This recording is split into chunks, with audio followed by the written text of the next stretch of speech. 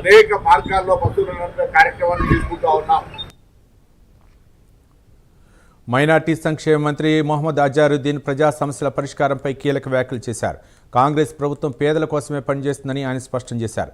వివిధ సమస్యలతో వచ్చిన ప్రజల నుండి సుమారు 200కు పైగా దరఖాస్తులు స్వీకరించిన అజారుద్దీన్ వాటి పరిష్కారానికి సాధ్యమైనంత కృషి చేస్తున్నట్లు తెలిపారు.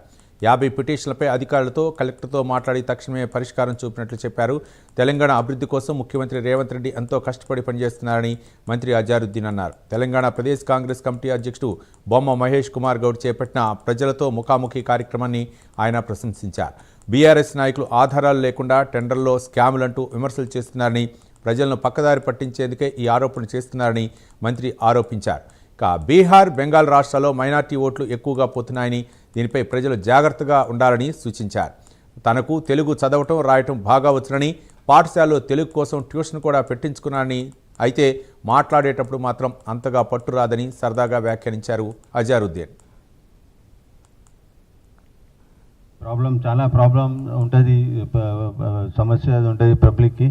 నేను కోషిష్ చేయి అన్ని ప్రాబ్లమ్స్కి చూసిన, అన్ని సమస్య నేను చూసిన. ఇంకా రిజల్ట్ మంచి, నేను రిజల్ట్ నీకు మంచి ఇస్తాం. ఇది this is my promise. And as a minister it is my responsibility to take care of all the people who come for this function.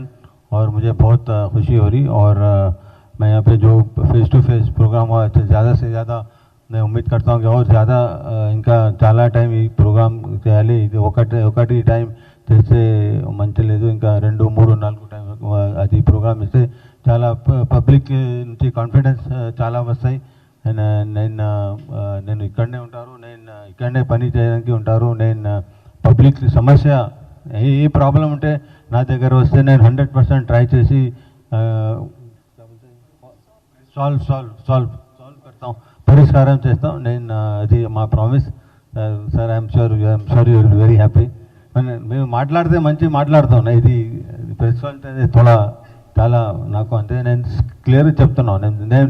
నేను ఎప్పుడు మేము మాట్లాడుతూ రిజైన్ నుంచి మాట్లాడతాం, ఇక్కడి నుంచి మాట్లాడతాం అంతే. విజయవాడ కృష్ణలంక రౌడీ షీటర్ గాది సాయి కృష్ణ హత్య కేసు